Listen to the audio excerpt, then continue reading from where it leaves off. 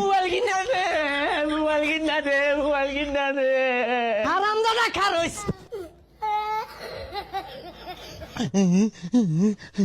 হারামজাদা তোর মায়ের মোবাইল না কিনা দিলে কিন্তু ভালো মতো কই মার বাপ। মোবাইল কিনা দে, মোবাইল কিনা দে।